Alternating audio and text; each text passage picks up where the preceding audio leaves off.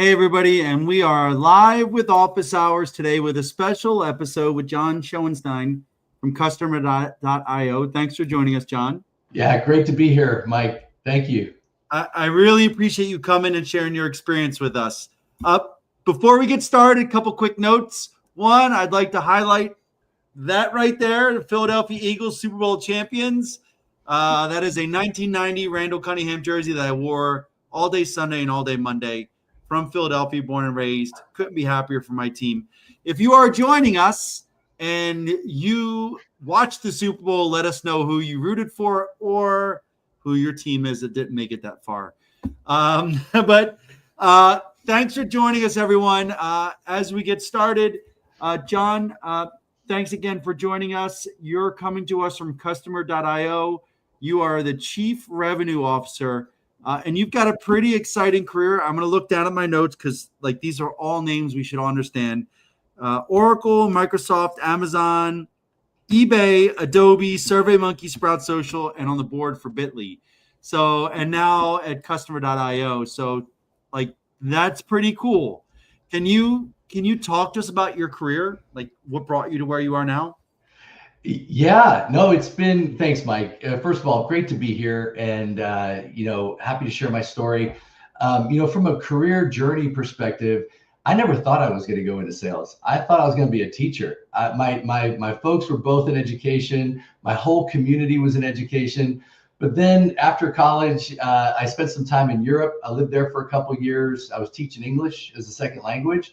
And during that time, I ended up on an Oracle implementation with one of my students. And I realized what sales was all about, which was all about building relationships with customers and helping to solve problems for customers. And so once I realized that, it was a pretty natural fit. And from there, ended up spending about 11 years over at Oracle. 7 of those years, I was based in Latin America, based in Santiago, Chile. And it was a really great experience. My wife is Chilean, so we kind of raised our family down there. And I was responsible for the Latin America territory. So kind of a chance to travel around Latin America, solving customers, problems and then building out a team throughout Latin America, which was a lot of fun. That's where I really learned a lot about sort of the discipline of sales and driving a process with sales. Oracle was always very good at that. I don't have an MBA or anything like that. I graduated from college, again, planning to be an educator, but found myself in sales and it was a great fit. And I think from there, I just ended up working at some other companies from there, both, as you mentioned, Microsoft from Oracle went to Microsoft. And then various other companies that you mentioned, always kind of taking on newer opportunities, new regions. I always like learning. And so that was a big part of my growth process throughout my career, was taking on something that was maybe newer, but something I had a lot of interest in. And that's served me pretty well throughout my career. That's so cool. I think I looked, you were the head of global head of sales for Adobe or something like that as well. Yeah. Everybody knows Adobe. Everything I read is on, PDF. Yeah, that's right. That's right. Yeah. I spent about 3 years at Adobe. I was leading their Americas sales organization. So Latin America and North America. Wonderful company, phenomenal company. That's where I think I really learned a lot about kind of leadership. They really focus on educating their senior leaders and helping them grow and really become much stronger in the leadership area. So I would say at every one of the companies I went to throughout my career, I tried to learn something new and take something from that experience. Ultimately, that led me to chief revenue officer roles at the last 3 companies that I've been at. And just to kind of explain that for the team, in case that's a newer term, that generally means you lead the sales organization and then all of the functions around operations, so revenue operations and the post-sales roles like customer success, technical support, professional services, partners, those kind of things. So pretty much all of the functions where you're interacting directly with customers. Wow. And that's a lot for some of those companies. So, Yeah. Yeah. so can I ask, you talked about this path that you took to get to the CRO of these companies. And, was it by choice that you took these roles, or did opportunity present itself and you leapt at the opportunity? Yeah, it's a great question. It's a combination probably of both. And I think we had a wonderful experience living in Chile when I was with Oracle. That was great. When my children got a little bit older, we decided to move them back to the US. That we just thought that on a personal level, that would be the right place for them to get their education and to be around family and that kind of thing. So we made the decision to move back to the States. That's when I took a role with Microsoft, which was wonderful, like phenomenal company, but also a great opportunity came up at that time that I was able to step into. I was moving into a role that was really focused on helping the global telesales organization get a lot more efficient and productive. So gave me an opportunity to work in various parts around the world and to contribute what I had learned at Oracle through that experience, bring that to Microsoft, and was able to make an impact that way. From there, I was at that point then living in the Seattle area. This is back in 2011, 2012, and Amazon was just getting to become more like what they are today. They were very different 10 years ago.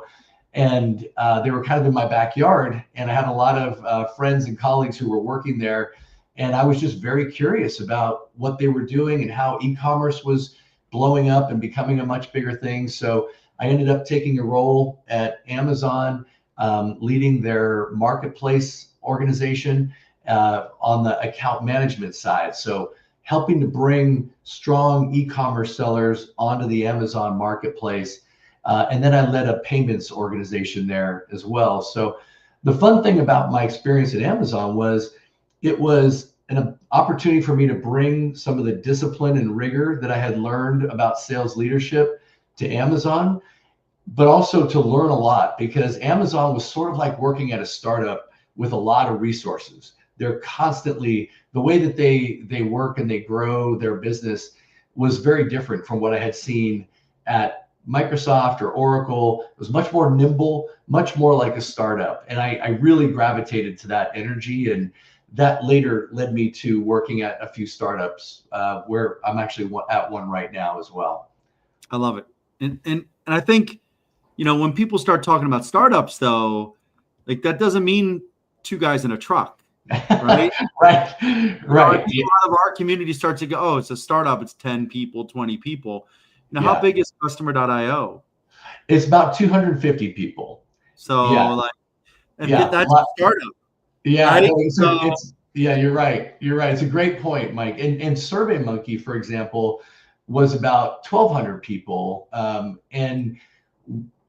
But we were still, that was before we were public. And then we went through the process over the 5 years that I was there. We ended up going public and had a really fun experience going through that. But you're right, like a startup, I'm not the guy who's going to go hang out in my neighbor's garage and come up with the new whiz bang product. I'm not that guy. But what I found I really enjoy is scaling businesses and helping them grow from, say, 200 people to 1,500 people, that kind of thing. Yeah. Which you're right. There's a large variety of different kinds of startups.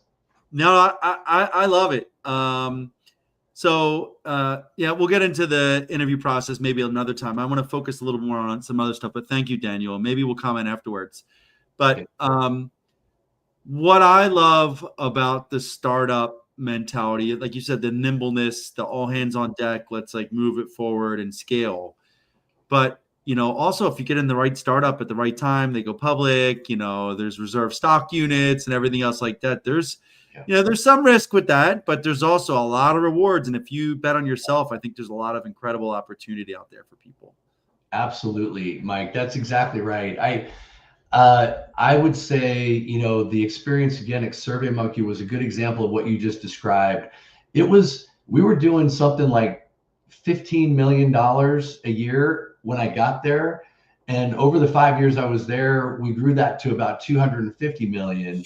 But obviously a big team making that Yeah. happen. But I think I was very lucky to get that opportunity. But then what you find is you kind of make your own luck a little bit, right? Where if you find a company that's got a good product, where the customers really love the product, I mean, like the product is very sticky with its Yeah. customers. And then you find a good leadership team who's going to work hard and work together. Like those are kind of the only ingredients you need. The rest comes from just hard work and working through it and making some smart decisions about building out the business and that sort of thing. And I think having a lot of integrity with your customers, that's a huge part of it. But you're right. I think if you bet on yourself, that's certainly what I've done my entire career. And I've absolutely made my share of mistakes, but I think you learn a lot from that and you grow and you get better. And when you bet on yourself, great things can happen. And I found that if you believe in the product or you believe in the model, it's really easy to sell it. Absolutely. It's almost like you're not even selling. It's more like you're just facilitating a conversation and connecting a customer who really will benefit from that product. And then you kind of build a partnership as opposed to something that's transactional. Right. And that's the key. We buy from whom we trust, and trust comes from relationships. So earlier on, you talked about, I really want to get into like more about what Customer IO does, more about like veterans and sales, but you talked about, you mentioned the discipline of sales. Yeah. Can you kind of, because I know we talk about a lot of discipline in the military, and I think this will lead us down a nice path, but like that statement, right? And I think I understand what you mean by it. Yeah. But can you explain what the discipline of sales means? Absolutely. Yeah. I think for me, it kind of comes down to this. I never got an MBA. So like that wasn't a path I went and pursued. I feel like I got the equivalent though by working at Oracle, right? Where I like my early days, there was just so much knowledge being shared and you're learning from those around you.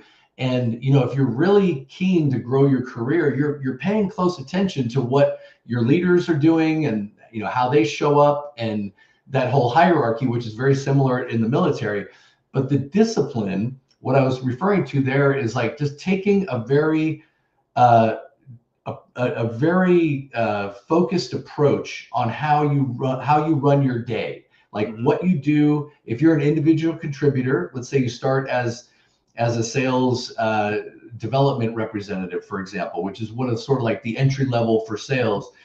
If you come in and your activities are very organized and you're let's say running certain activities from 9 a.m. to 11 a.m. and then you shift your focus for an hour or two, and then the afternoon you do a set of activities that are you keep that repeatable approach.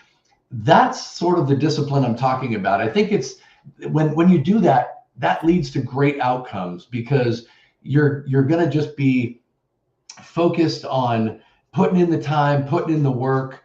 And I think I had kind of, joked with you a little bit earlier before we started that I wasn't always the smartest person in the room, but I'll be damned if I wasn't the one who was like turning the lights on in the office. I was the first one there and I was turning them off when I left. Like I was in there grinding, and I was going to work harder than anybody else there. And that's just served me really well throughout my career. And it's not that you have to work 100 hours a week. What I mean is you come in and you do the work and you put in the effort. That's going to lead to good outcomes. And the other part about discipline, I think, is just, when you're working, you're working. And when you're doing your free time, like do whatever you want in your free time. That's fantastic. But I think when those two things get mixed, then it's a little bit fast and loose. And that usually doesn't lead to great outcomes with customers. Absolutely. I will say our CEO, something that really aligns, and thank you, Brian. One of the things that really, resonates with me about your discipline of sales is something our CEO says every once in a while. He said, imagine a zombie apocalypse, and the zombies are, and they're like down the road, and people freak out and they go, and Right. they don't hit any of them because Right. you're freaking out, and then the zombies Exactly. get you. Whereas if they would just sit there and go, boom, boom, Exactly. boom, you're hitting zombies and you're knocking them down. You're That's fine. it. Yep. And That's so when right. it comes to sales, one of the things that he helped me with was, like let's take some of these distractors away. You're kind of like, Right. let's focus on the priorities first. That's Let's it. make sure we're following up regularly because Yeah. people's lives get difficult, things drop, and so a lot of times maybe I have to follow up 3, 4, 5 times to just like, Yeah. hey, just checking, are we still good? Do you need anything? Whatever. Yeah. But if you don't follow up, sometimes it just Absolutely. That's go. right. That's right.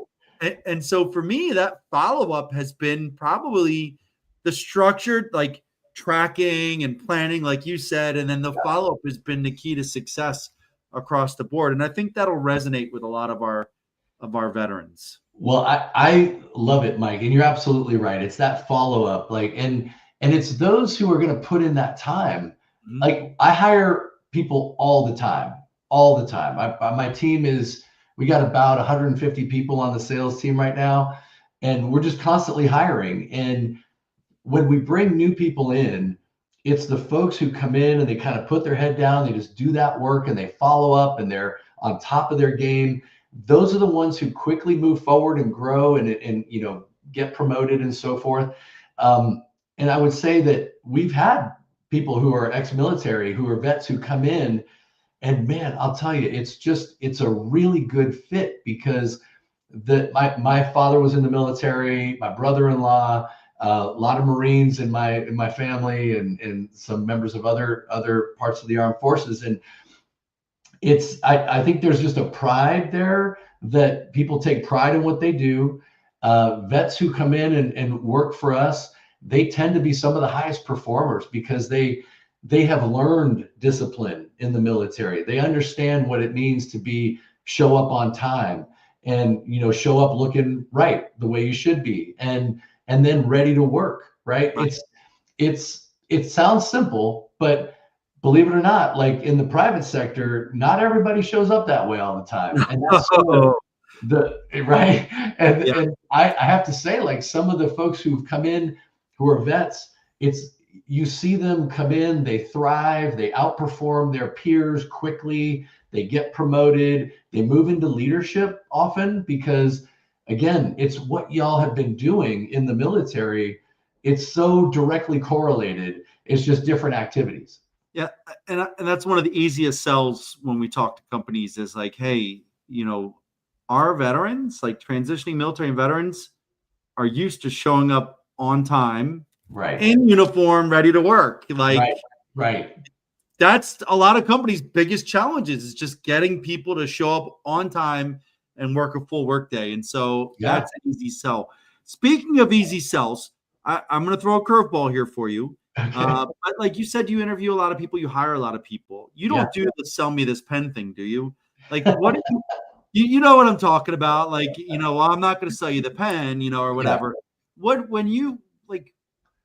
the things you're looking for someone that will find a successful career in sales, which I know means a lot, and I want to get into that too.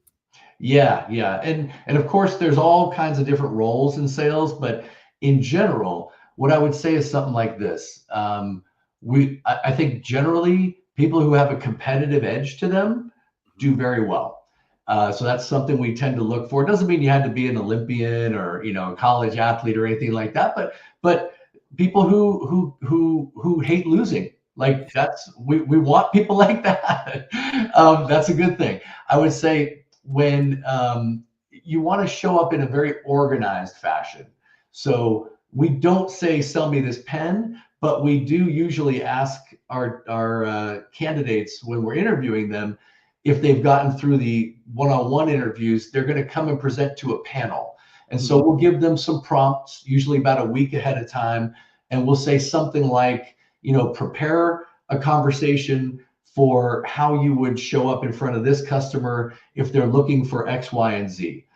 And then it doesn't have to be selling the product that we sell, but We just want to basically understand, are you going to listen to customers? Are you going to really understand what they're trying to solve for?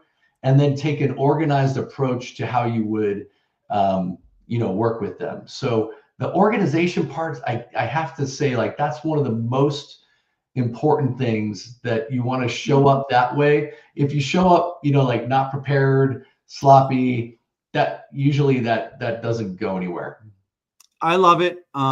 That's something that I've had to learn over time. When I first got out and I got my job, I was the director of workforce management, but I knew that I needed to fill that gap in like revenue, sales, everything else, to be able to become an executive someday. Yeah. And I remember sitting down with the CEO, and then when I went to Ernst & Young, sitting down, trying to understand how to translate these relationships and everything into like the sales business development world. Yeah. And they said, Mike, you shouldn't go in there trying to sell people anything. Right. You were in there to build relationships and hear what their problems are. And then, oh, by the way, I've got a bunch of smart people that might have some solutions. Do you want to hear it? Yeah.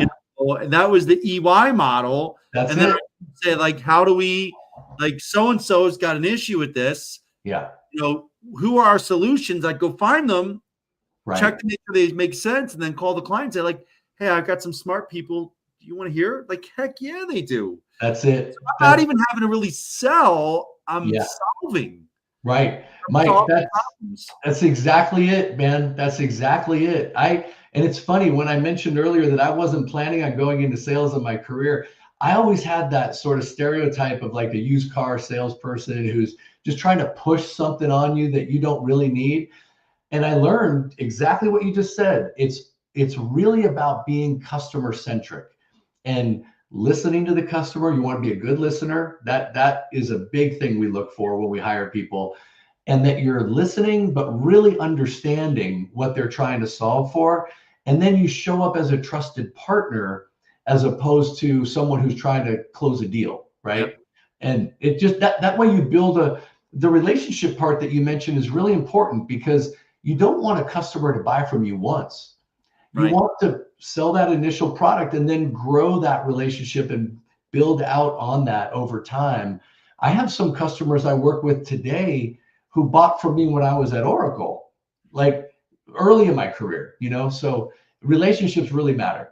I mean, we're talking to you about helping you get SkillBridge interns because we worked with you at Sprout Social and we worked with you at SurveyMonkey. So exactly. Proof is in the pudding. Exactly. I love that. And then the other part that I've had to learn, I'm sure, we had one of our joint venture partners offsite that had Greg Serafin from EY. He was the chief revenue officer for like EY Americas for a while. And one of the things he said was, coming in knowing the client. Like if you're going to go to a meeting, you have to almost know their problems or challenges better than they do. Yeah. So that you show them that you are like, you're knowledgeable, you're supportive, like you understand how their business works, and then you can talk intelligently on the topic. And so, again, that aligns really well with veterans, because before we do any mission, we do IPB, Intel Preparation of the Battlefield. Yeah. You got to know the other side, where they're going to act, how they're going to do whatever they're going to do, and then build your plan. And so, like, I'm like what you said.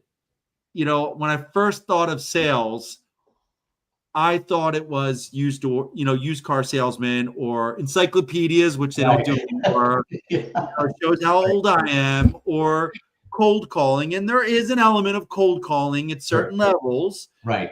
But once you've progressed, a lot of it is relationships and, building and growing accounts instead of like, hey, do you want to, buy some insurance? Right. So, exactly. And if you get to an organization you love, that's great. So we talked about, veterans, we've talked about sales. I think it's going to be really enlightening for our community and this is something I'm trying to always get them to understand how exciting sales can be. Yeah. Can you talk about what customer.io does? Sure. And then like a little bit about the different echelons of your sales architecture, like the different types of roles and what kind of like the Yeah, progression. absolutely. Yeah. Let's see. Simply put, if anyone's ever heard of like Marketo, which is part of Adobe, Adobe acquired them. That's sort of what we do. So it's a lot of marketing automation. So it's all about helping customers of ours stay connected with their customers through sort of automated messaging and campaign-oriented messaging. It's very much a marketing solution, and it's definitely incorporating a lot of AI and just trying to make the role of a CMO or a chief marketing officer a lot easier by staying connected with their customers and then being able to analyze the feedback that they're getting from their customers and then make smart decisions internally to grow their business. So at a high level, that's kind of what it does. We sell the software for that. We've got some competitors out there that are kind of like, if anyone's heard of MailChimp, that's sort of an inexpensive version that's designed for smaller businesses, kind of companies that have maybe 1 to 10 employees. MailChimp is a great fit for them. Marketo, which I mentioned earlier, is a great fit for a company that might be, say, 2,000 employees or bigger, so more of an enterprise type solution. We fit right between there, kind of around 20 employee companies that have 20 employees to 2,000. That's a really good fit for us. And we tend to work with a lot of startups as well. So yeah, that's a little bit about what we do. It's all about helping to enable the marketing organization to stay connected with their customers. And then to your point, Mike, about sort of how the org is structured. So I'm going to talk about it in terms of pre-sales and post-sales. So for simply put, you might think of my job as I'm pretty much responsible for anyone who's talking to a customer. So when I say pre-sales, that means anyone who works in a team that is working to sign up a new customer, acquiring new customers. So I'll talk about that in a second. And then post-sales is after we sign the contract with the customer, they become an existing customer, and how do we treat them? So I'll talk about it in those two ways.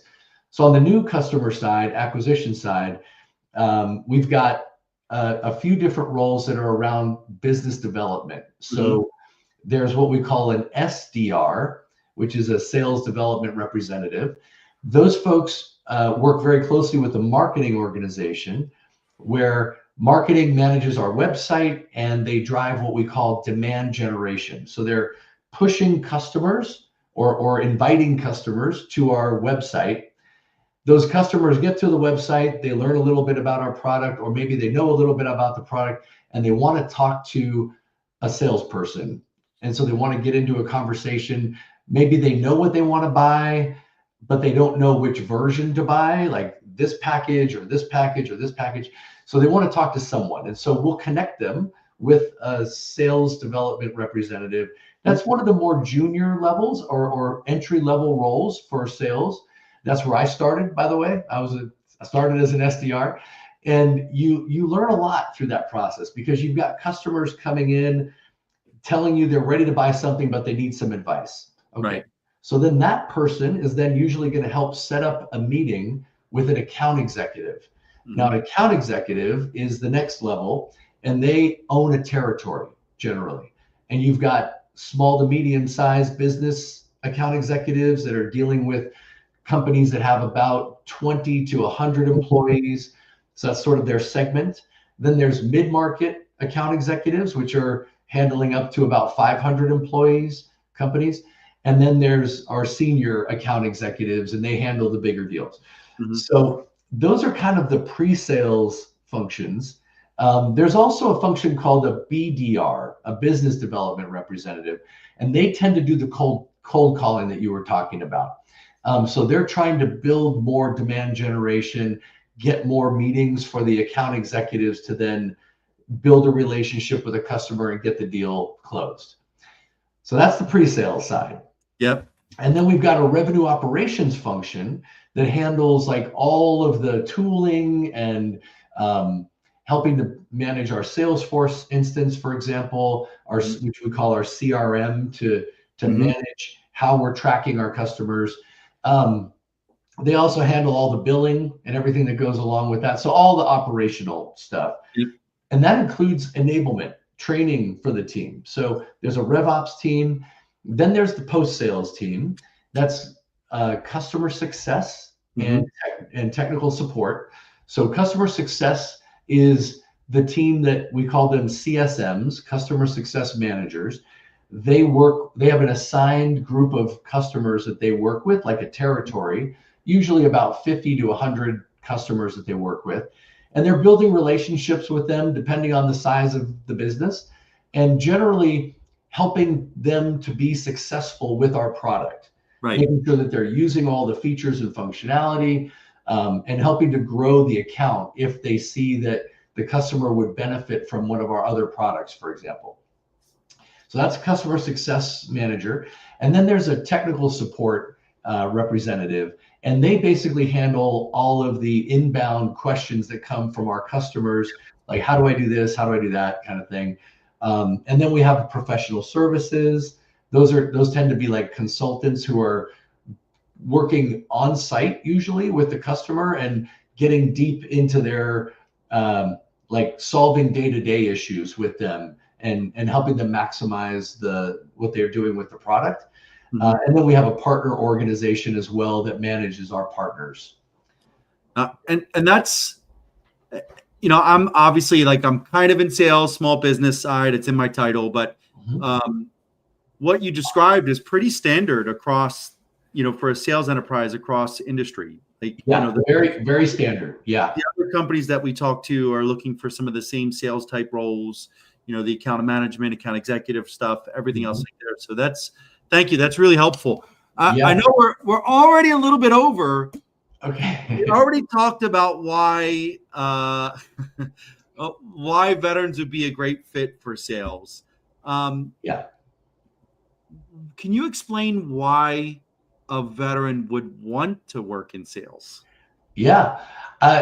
First of all, it's a lot of fun. It just really is a lot of fun. It's very energizing. I think that veterans, there tends to be the way that they approach what they do in the military translates really well in sales. So I think the fit feels good when you come from being a vet into a sales function. You're part of a team. So, you're working towards a quota that's an individual quota if you're an individual contributor. But you're also part of a team, and you usually, especially the organization that I try to build and the environment, the culture is very much like the military in the sense that it's all about helping out the person, your peer who's next to you. If we hire somebody new, we usually sign them a buddy, and they learn on the job. And, that transfer of knowledge is something that's very important for new hires. And I think it's something that the team generally really enjoys doing because they had someone help them in the past. So it's their chance to pay it forward. But we really do sort of create a very strong teamwork environment. It's one where you're constantly learning new things. And then it does take that discipline that we talked about before, right? Where you're following processes, sometimes you got to grind and you're working, on trying to get 75 calls done today or something, whatever it is that your role is. But those folks, when vets come into these roles, they tend to do well quickly. They also tend to outpace their peers because I'm just going to say it, like non-military people who come into these roles, they maybe haven't had that discipline in their past and they're learning it as they go. But those who already have had it come in and they just blow past their peers, and that opens up growth opportunities for them. It opens up leadership opportunities. I think the hierarchy that we have in sales orgs that you were just talking about, like the standard hierarchy that I was describing, it's not that dissimilar from the military. Right. No, I love it. And one of the things I constantly share with transitioning military leaders is that what's often missing when we try to make that shift and try to go like lateral into industry is the business acumen, that sales or revenue or P&L experience that's so important. You can't run if you can't make business decisions, if you can't figure out how your decisions are impacted or impact the sales apparatus, the revenue generation, the bottom line, you're not an executive, or you won't be one for long. Yeah, that's right. That's right, Mike. Yeah. When I realized that about a few months into my first post-military job, and I volunteered to go sit in on the pursuits, the captures, the sales meetings, to help write proposals, to get into pricing so I could learn all that. Yeah. And then when I went to EY, I got, like you said, I got a mentor, and they developed me more that way. Yeah. And so I can't say it enough for any transitioning service member. I cannot recommend a SkillBridge opportunity in sales enough. And then the last thing, and then I'll give you the last word, is we're going to be about 10 minutes over. Sorry about that. Yeah. But what I will say to people is that the compensation potential in sales is greater than in non-revenue generating roles. So when I explain to a lot of transitioning military recent veterans, is that when you look at organizations, there's the revenue generating roles, and then there's the cost center roles. Yeah. The cost center roles they cost the company because they do work. Yep. The revenue generating are the ones that are bringing money in to pay for everything. That's right. So a couple of things I always tell people is if you can sell, if you can generate revenue, like you will always be fine. Yeah. You will be fine. And then the better you get at generating revenue, the higher your compensation tiers will go compared to the ones that are, like if you look at like a senior HR manager or like anyone in the business support element of like my EY career, we're paid on a different scale than the people that had revenue goals. Yeah, that's right, Mike. We're bonused out differently as well. Yeah. And so, it's just something to consider. You're totally right, Mike. You're totally right. And by the way, all roles are important, of course, at the company. But to your point, when you're in a revenue generating role, there's a couple of nice things. Certainly, the compensation side, you're compensated differently than your peers, just like you mentioned. And when you're good at it, you can really get into accelerators and a lot of other incentives that when you're beating your target, you can make double what you normally would make, and you're already making more than most of the other functions in the company. And so it can be a very lucrative career for sure. But the other thing that I think that's nice about it is it's a very simple scorecard. Like, you know exactly how you're doing. Either you're doing well against your quota or you're behind, but there's no question about like the value that you're delivering. Yeah, I mean, that's a great point. And that's something I tell everyone in their transition is to, talk to people, find out what metrics they track to show their success. Right. Well, I mean, and for other fields, it's different. But in sales, like, you have your metrics, right? Yeah. Like, it's pretty clear on whether you're doing it or not. That's right. Well, John, like, this has been amazing. Thank you so much. I haven't gone 10 minutes over in a long time. So, and I feel like we could have talked for another 20 minutes, but any last words for our community? I would just say, first of all, thank you for letting me be here, Mike. It's a pleasure. I've got a lot of military folks in my family. So much respect for the military community. Thank you for your service.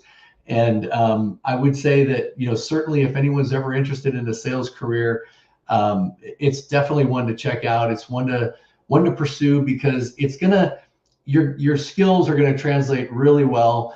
And I think it's also a career that as you're building those relationships with customers, it's a very fulfilling career that way when you're solving problems for other people. So appreciate the time here.